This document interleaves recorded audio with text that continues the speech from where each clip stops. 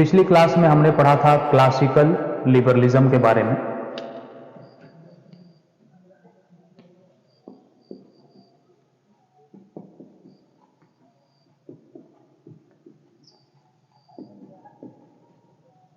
Classical liberalism या शास्त्रीय उदारवाद,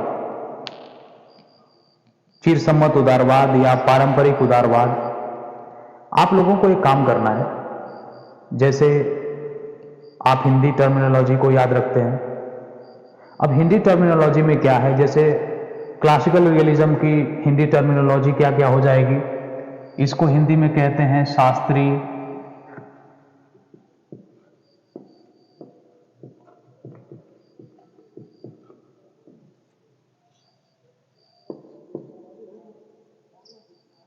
उसके बाद पुरातन उदारवाद,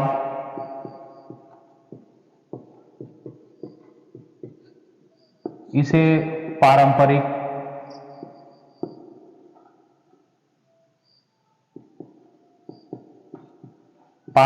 या परंपरागत उदारवाद,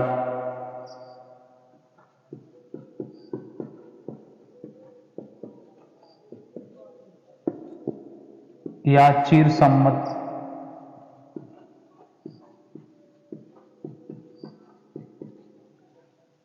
हिंदी में मुख्य रूप से 4 नामों से क्लासिकल लिबरलिज्म को जानते हैं। तो अच्छा ये रहेगा कि हम हिंदी टर्म्स के साथ साथ इंग्लिश टर्म्स को भी याद रखें, ताकि कई बार हम कोई चीज जैसे पुरातन को मिस कर दिए। अंग्रेजी में एक चीज फायदा होता है,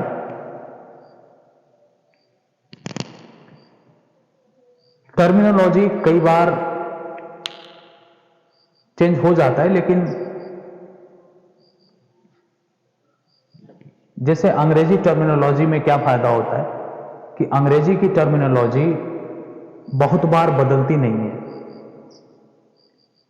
जैसे हिंदी में ट्रांसलेट करके जैसे समझ में आ जाए, प्रश्न पूछने वाला आपके सामने रख सकता है, लेकिन ये अंग्रेजी के केस में रेयरेस्ट होता है, रेयर ही होता है।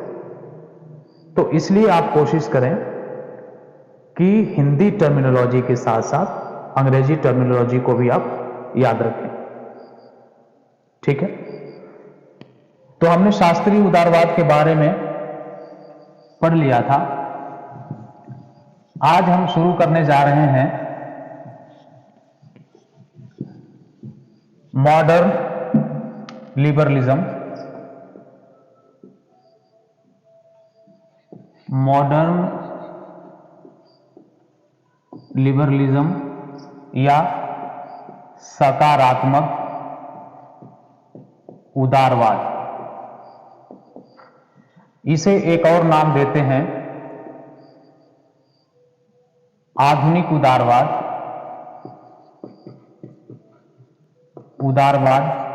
या संशोधनात्मक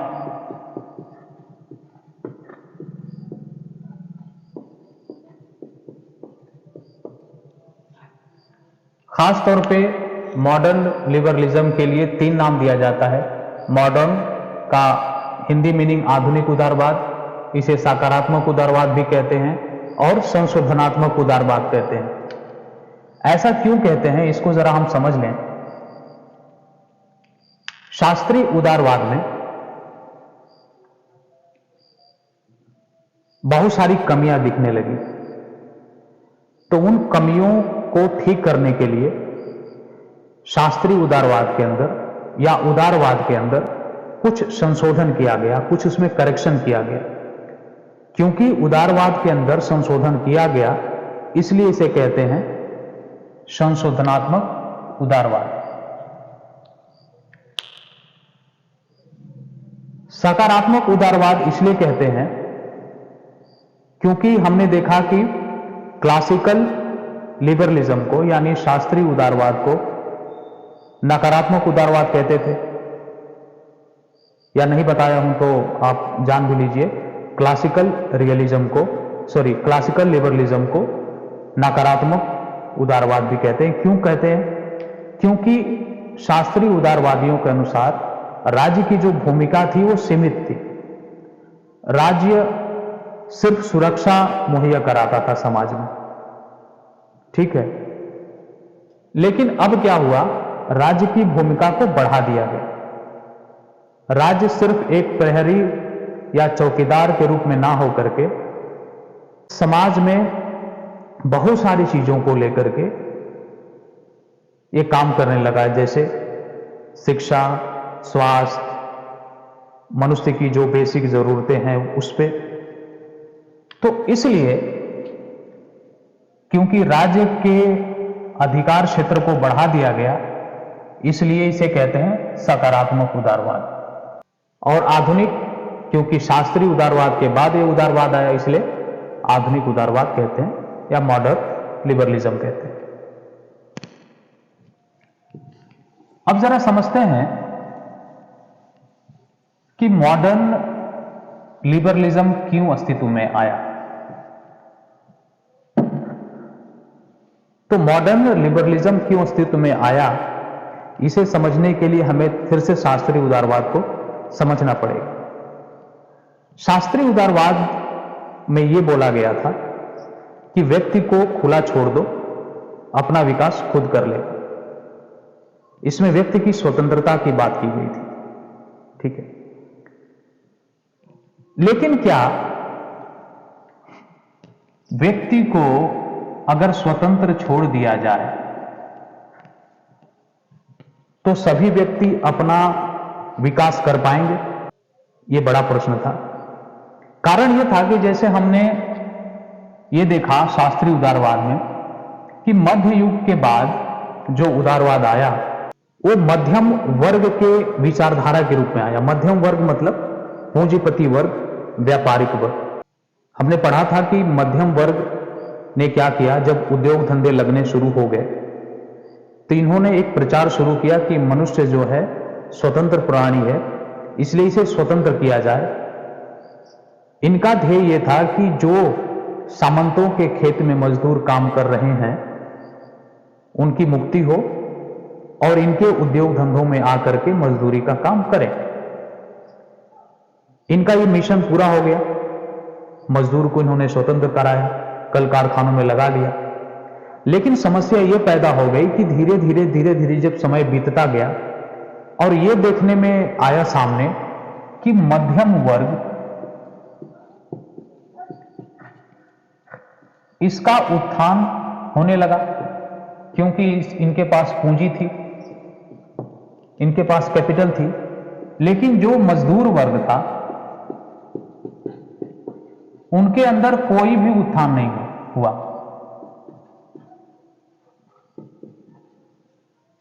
मजदूर वर्ग के अंदर कोई भी विकास नहीं देखने के लिए मिला। क्यों नहीं मिला? क्योंकि पूंजी तो इनके पास थी, हा? ये मजदूरी करता था। लेकिन शास्त्रीय उदारवाद क्या कहता था कि मनुष्य को खुला छोड़ दो, अपना विकास कर लेगा। तो अगर दो लोग हैं समाज में जिनके पास पूंजी है, पैसा है, सब कुछ है, और एक दूसरा है मजदूर, और आप कह रहे हैं कि सबको छोड़ दो, सबको खुला छोड़ दो, सब विकास करेंगे, तो पूंजीपति तो उनके पास पैसा, वो अपना कल कारखाना लगा लेंगे, उद्योग धंधा कर लेंगे, बिजनेस कर लेंगे, अपना विकास कर लेंगे। मजदूर कैसे करेगा?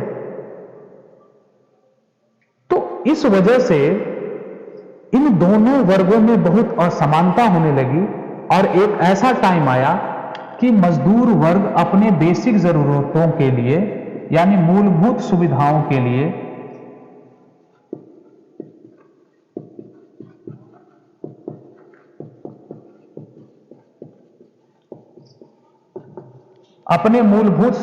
सुविधाओं के लिए संघर्ष करने लगा। इनकी मूलभूत सुविधाएं क्या थी?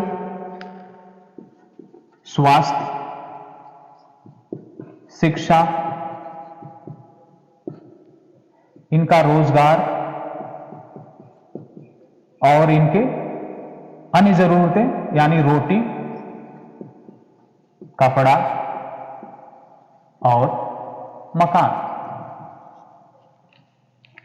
मजदूर वर्ग अपने बेसिक जरूरतों से जूझने लगा। इनको बेसिक जरूरतें पूरी नहीं हो पा रही थी। तब शास्त्रीय उदारवाद फेल होने लगा। शास्त्रीय उदारवाद के पास कोई सलूशन ही नहीं था, क्योंकि यह तो कहता था कि मनुष्य को खुला छोड़ दो। तो इस तरह से शास्त्रीय उदारवाद में, यानी कि क्लासिकल उदारवाद में संशोधन किया गया और उसके बाद आया मॉडर्न लिबरलिज्म, यानी आधुनिक उदारवाद, सकारात्मक उदारवाद।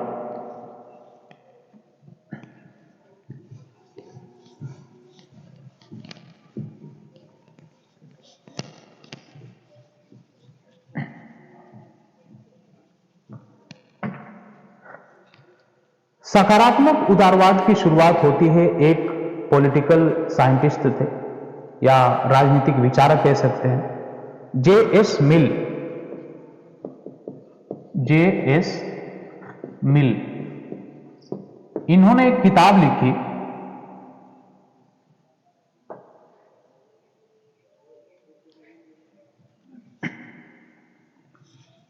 जे.एस. मिल ने किताब लिखी प्रिंसिपल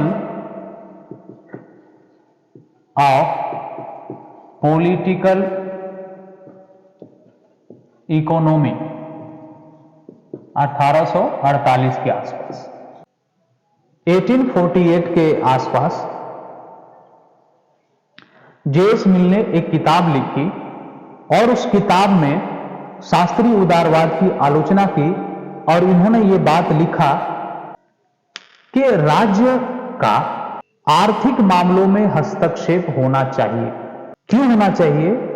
क्योंकि समाज में मनुष्यों की स्थिति एक जैसे नहीं होती और अगर राज्य आर्थिक मामलों में हस्तक्षेप नहीं करेगा तो आर्थिक चीजों का वितरण सिर्फ पूंजीपति वर्ग के हाथ में रहेगा या सारी पूंजी मध्यम वर्ग के हाथ में रहेगी और मजदूर वर्ग संघर्ष करता रहेगा। इन्होंने कहा, इनका कोटेशन एग्जाम में पूछता है, इन्होंने शास्त्रीय उदारवाद की आलोचना ये बात करके की कि राज्य का आर्थिक मामलों में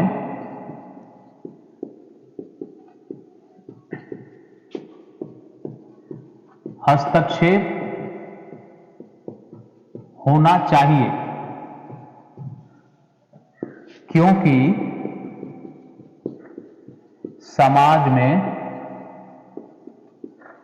सभी व्यक्ति की स्थिति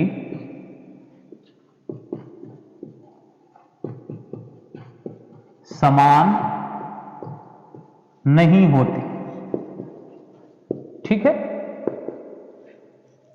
यानी शास्त्रीय उदारवाद क्या कहता था कि राज्य का आर्थिक मामलों में बिल्कुल हस्तक्षेप नहीं होना चाहिए, लेकिन जे.एस. मिल क्या कहे, राज्य का आर्थिक मामलों में हस्तक्षेप होना चाहिए क्योंकि आर्थिक वस्तुओं को रेगुलेट किया जा सके। ठीक है, और ये फिर आगे कहते हैं, राज्य के द्वारा व्यक्ति के मूलभूत सुविधाओं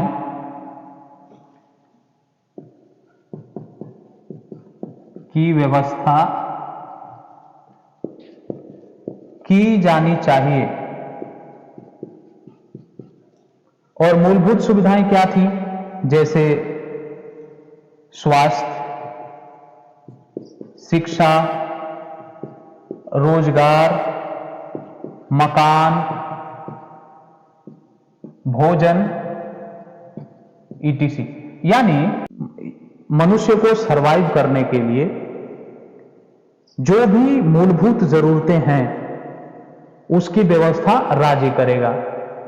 तो दोनों स्टेटमेंट से क्या लगता है, जे.एस. मिल ने राज्य की भूमिका को बढ़ा दिया।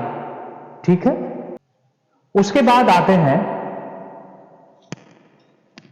जे.एस. मिल के बाद, इसको मैं हटा देता हूं, जेस मिल के बाद आते हैं टी.एच. ग्रीन।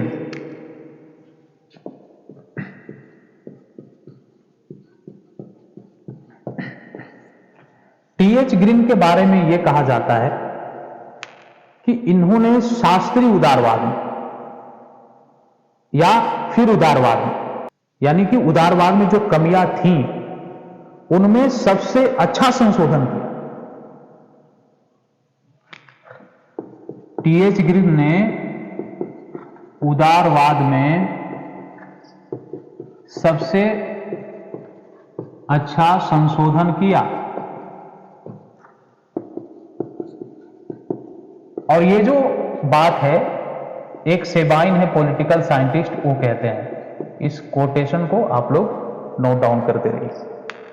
जो भी चीजें हम पढ़ रहे हैं इसका आप नोट्स बनाते रहें, एग्जाम के पॉइंट ऑफ व्यू से ही हम पढ़ रहे हैं। उदारवाद में सबसे अच्छा संशोधन टी.एच. ग्रीन ने किया।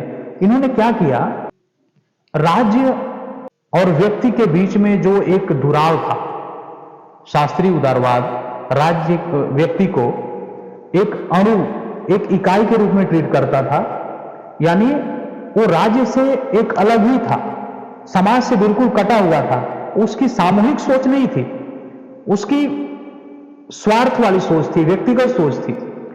लेकिन टी.एच. ग्रीन ने क्या किया कि उदारवाद की भावना को पूरे समाज के ऊपर अप्लाई कर दिया, सबकी भलाई की बात कर दी। यानी इन्होंने संशोधन करके मैं से हम की बात की। शास्त्रीय उदारवाद में व्यक्ति एक इकाई के रूप में, एक इंडिविजुअल के रूप में, एक अणु के रूप में था समाज में, लेकिन सकारात्मक उदारवाद में एक सामूहिक भावना आ गई। राज्य और व्यक्ति के बीच दुराव को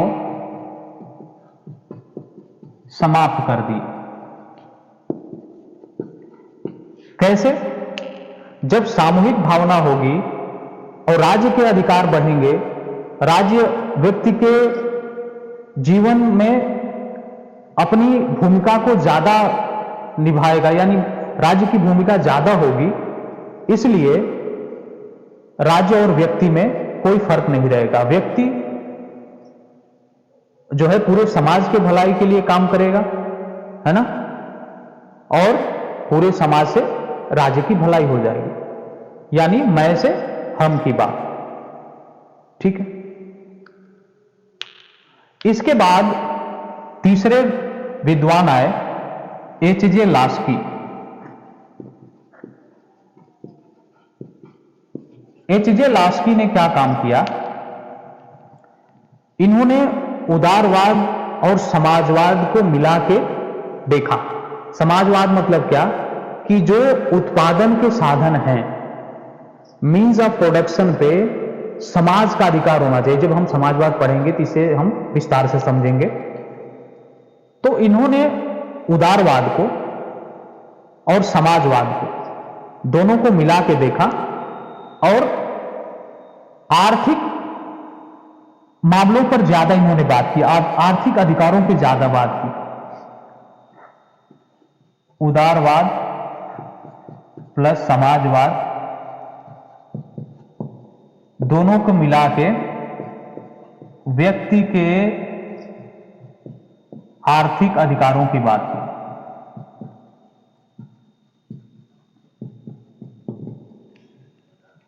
ठीक है। ये आर्थिक अधिकारों की बात करने लगे, यानी जो मीन्स ऑफ प्रोडक्शन है उसमें समाज का अधिकार होगा, और इसलिए पूरे समाज का अधिकार होगा तो समाज में जो व्यक्ति हैं वो उनका सभी का आर्थिक चीजों पर, आर्थिक वस्तुओं पर अधिकार होगा। ठीक है, यहां तक सही है? इसको हटा दूं।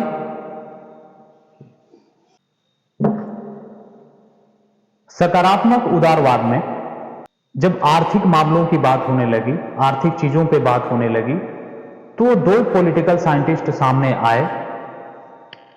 उनका नाम था जॉन मेनॉर्ड कीन्स जॉन मेनॉर्ड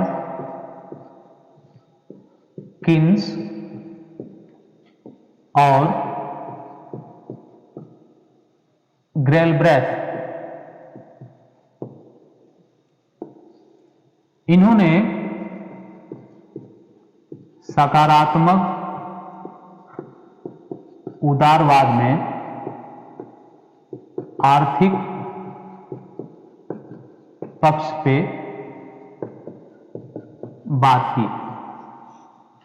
ठीक है, जॉन मेनॉर्ड किन्स और ग्लेब्रेथ ने सकारात्मक उदारवाद के आर्थिक पक्ष पे बात करना शुरू की।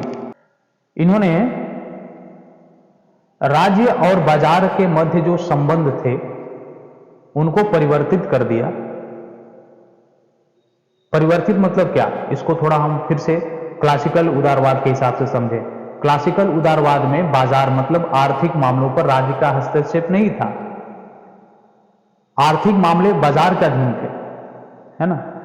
लेकिन इन्होंने कहा कि बाजार पर यानी आर्थिक मामलों में राज्य का हस्तक्षेप होना चाहिए।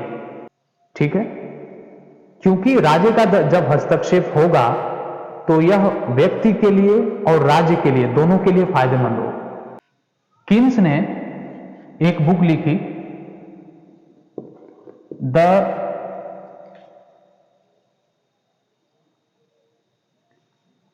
किन्स ने एक बुक लिखी जिसका नाम था the general theory of employment, interest and money. Employment,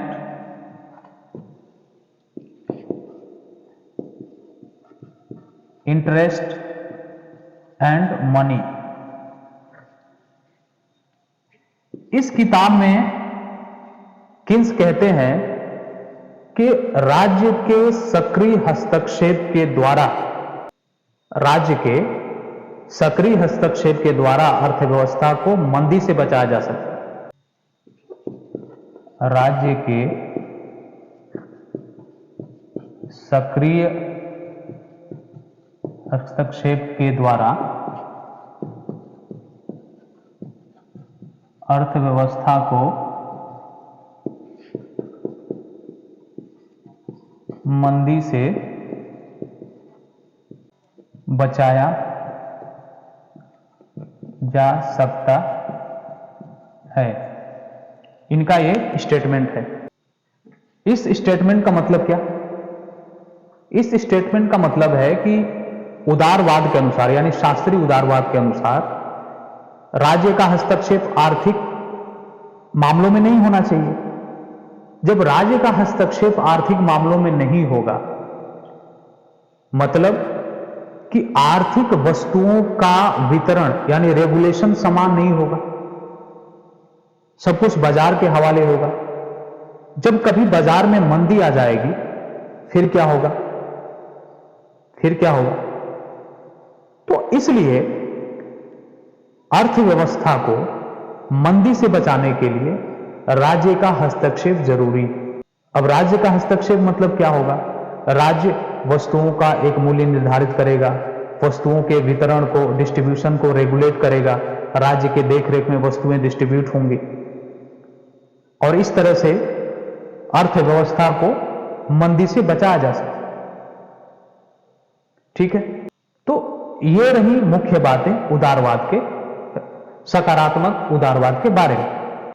अब थोड़ा सा एक क्विक तरीके से क्लासिकल लिबरलिज्म यानी शास्त्रीय उदारवाद, सकारात्मक उदारवाद का कंपैरिजन देख लेते हैं। Classical liberalism comparison. इधर आप रखें क्लासिकल और इधर रखें मॉडर्न।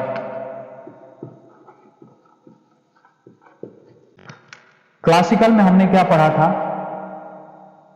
राज्य का हस्तक्षेप कम, राज्य का न्यूनतम हस्तक्षेप।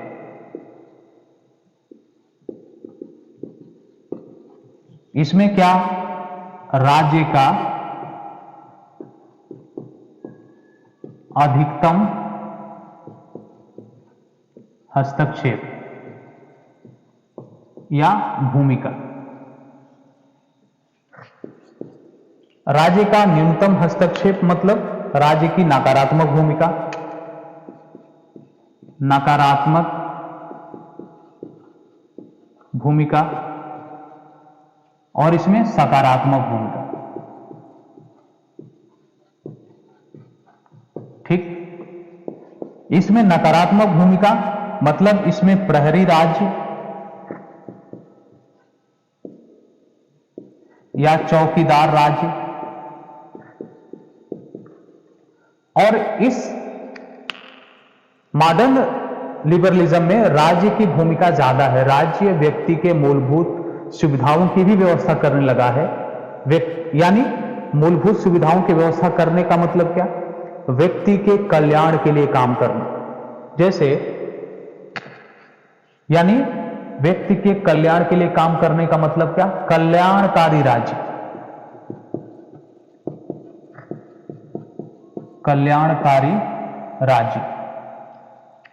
कल्याणकारी राज्य मतलब सुविधाओं के लिए काम करना। जैसे एक चीज समझिए,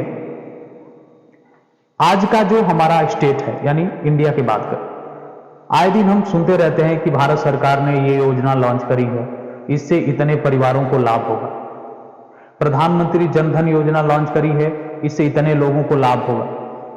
किसान सम्मान निधि है, इससे किसानों को लाभ होगा।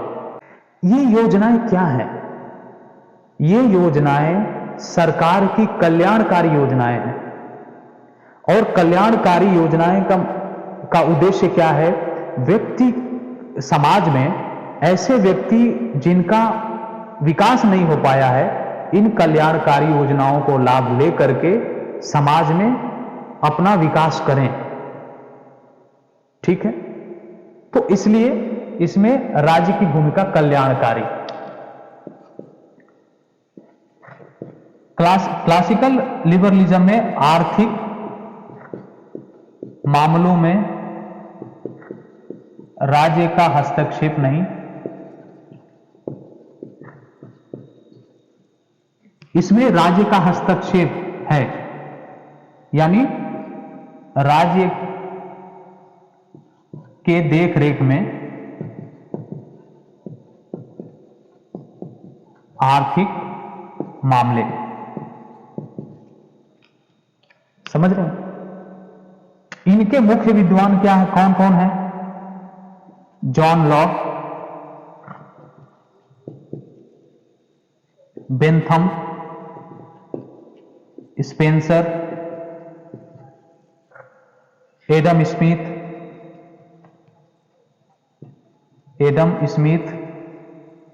और इसके कौन कौन है? अभी हमने पढ़ा JS Mill, TH. Green, Laski,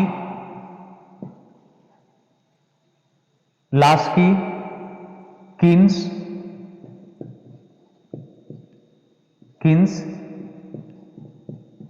ग्रेल breath. ठीक है, एक कंपैरिजन है। क्लासिकल लिबरलिज्म में राज्य की न्यूनतम भूमिका और न्यूनतम हस्तक्षेप, इसमें राज्य का अधिकतम हस्तक्षेप। क्लासिकल में नकारात्मक भूमिका, इसमें सकारात्मक भूमिका। क्लासिकल लिबरलिज्म में प्रहरी राज्य, चौकीदारी राज्य, यानी राज्य सिर्फ सुरक्षा मुहैया कराएगा, बाकी मामलों में हस्तक्षेप नहीं करेगा। लेकिन इसमें सुरक्षा तो मुहैया कराएगा ही, इसके साथ साथ अन्य सुविधाएं के लिए भी व्यवस्था करेगा, मूलभूत सुविधाओं के लिए व्यवस्था करेगा, इसलिए कल्याणकारी राज्य। इसमें आर्थिक मामलों में राज्य की भूमिका नहीं है। इसमें आर्थिक मामलों में भी राज्य हस्तक्षेप करेगा, राज्य के देखरेख में आर्थिक वस्तुओं का वितरण होगा। इसके विद्वान हैं John Locke, Bentham, Spencer, Adam Smith, और इसके विद्वान हैं जेस Mill, TH. Green, Laski, Keynes और ग्लैडर। आप लोगों को समझ में आ गया होगा। अब थोड़ा सा इसका मॉडर्न लिबरलिज्म का कुछ प्रयोग देख लेते हैं कि कहां कहां इसको प्रयोग में लाया गया। मॉडर्न लिबरलिज्म के व्यवहारिक प्रयोग।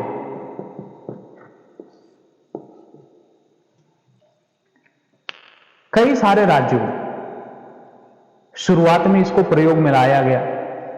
जैसे अमेरिका में एक प्रेसिडेंट थे रूजवेल्ट, उन्होंने एक प्रोग्राम शुरू किया, न्यू डील प्रोग्राम।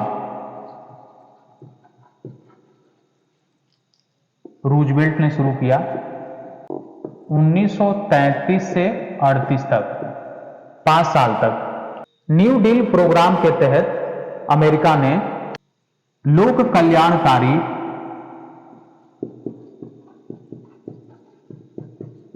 योजनाओं पर खर्चों की बढ़ोतरी कर दी।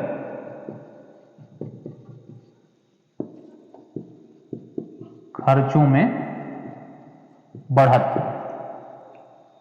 इस प्रोग्राम के तहत लोक कल्याणकारी जो योजनाएं थे उनमें अमेरिका में खर्च को बढ़ा दिया गया।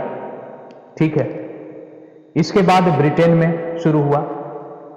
एक रिपोर्ट आई ब्रिटेन में जिसे 1944 में जिसे कहते हैं वेबरीज रिपोर्ट।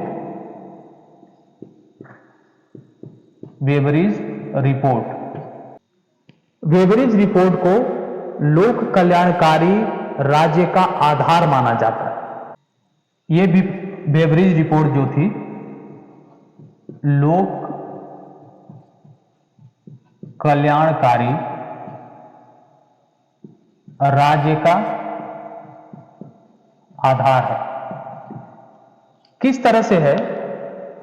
वेबरीज रिपोर्ट ने एक सर्वे करके रिपोर्ट तैयार किया और ब्रिटेन में जो भूखमरी थी, बेरोजगारी थी, अशिक्षा थी, उस पर रिपोर्ट इसने प्रस्तुत किया वहां की गवर्नमेंट को।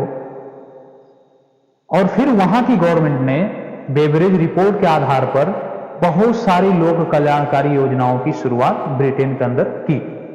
इसलिए यह रिपोर्ट काफी फेमस है। एग्जाम में भी बहुत बार पूछता है कि वेबरीज रिपोर्ट क्या है, और ऑप्शन दे देगा। उसमें एक ऑप्शन भी रहेगा कि लोक कल्याणकारी राज्य का आधार प्रस्तुत करती। तो इतनी फेमस हुई कि वेबरीज रिपोर्ट 1944 को लोक कल्याणकारी राज्य का आधार माना जाता है। ये व्यवहारिक प्रयोग हैं। आज भी देखिए, जैसा हमने एग्जाम्पल लिया इंडिया का, इंडिया में लोक कल्याणकारी योजनाएं होती हैं। तो सिर्फ इंडिया, अमेरिका, ब्रिटेन की बात नहीं है, दुनिया की हर कंट्री में, क्योंकि अमीर गरीब तो हर कंट्री में होते हैं। ऐसा नहीं है कि यूरोप काफी विकसित है तो वहां पे गरीबों की संख्या है ही नहीं, वहां भी लोग गरीब हैं। क्योंकि थोड़ा सा यह है कि अब डॉलर में पैसा कमाते हैं तो हमें लगता है कि खूब कमा रहा है डॉलर। तो उनके उत्थान के लिए भी, जो किसी भी कंट्री में जो गरीब तबका है, और मजेदार बात यह देखिए कि हर कंट्री में गरीबों की संख्या ज्यादा होती है, पूंजीपति वर्ग कम होता है, गरीबों की संख्या ज्यादा होती है। इसलिए हर कंट्री गरीबों के उत्थान के लिए कल्याणकारी योजनाओं की शुरुआत करती है। तो आज तो मौजूदा परिवेश में तो कल्याणकारी योजनाओं की आप देख सकते हैं कि हर कंट्री में शुरुआत हो रही है, हर कंट्री काम कर रही है। यानी सकारात्मक उदारवाद की जो मूल भावना थी आज बड़े पैमाने पर देखा जा सकता है। कुछ चीजों में जैसे नहीं हो पाया है, वेस्टर्न कंट्री में आर्थिक पहलू पर राज्य का हस्तक्षेप ना के बराबर है, लेकिन जो विकासशील देश हैं, विकासशील कंट्री हैं, या जो सोशलिस्ट कंट्रीज हैं, तो वहां पे राज्य का हस्तक्षेप आपको देखने के लिए मिलेगा। इंडिया के अंदर थोड़ा सा राज्य का हस्तक्षेप एक अलग लेवल का है। इंडिया में कुछ मामलों में राज्य हस्तक्षेप करता है, कुछ मामलों में राज्य हस्तक्षेप नहीं करता। यहां पर मतलब कि दोनों तरह की प्रॉपर्टी या पूंजी देख सकते हैं आप। यहां पर व्यक्तिगत पूंजी भी है और यहां पर राज्य के नियंत्रण में भी पूंजी है। ठीक है, राज्य के नियंत्रण में भी काम होते हैं। तो ये है मॉडर्न लिबरलिज्म के बारे में सारी बातें। तो इस तरह से हमने लिबरलिज्म का दो हिस्सा खत्म कर लिया, क्लासिकल लिबरलिज्म और मॉडर्न लिबरलिज्म। हम अगली क्लास में शुरू करेंगे नव उदारवाद या नियो लिबरलिज्म। ठीक है, तो आई होप आप लोगों को समझ आ गया होगा। ना समझ में आए तो फिर आप हमें बता सकते हैं, तो फिर इस पे हम एक अलग से क्लास ले सकते हैं। तो आज के लिए बस इतना ही। बहुत बहुत धन्यवाद।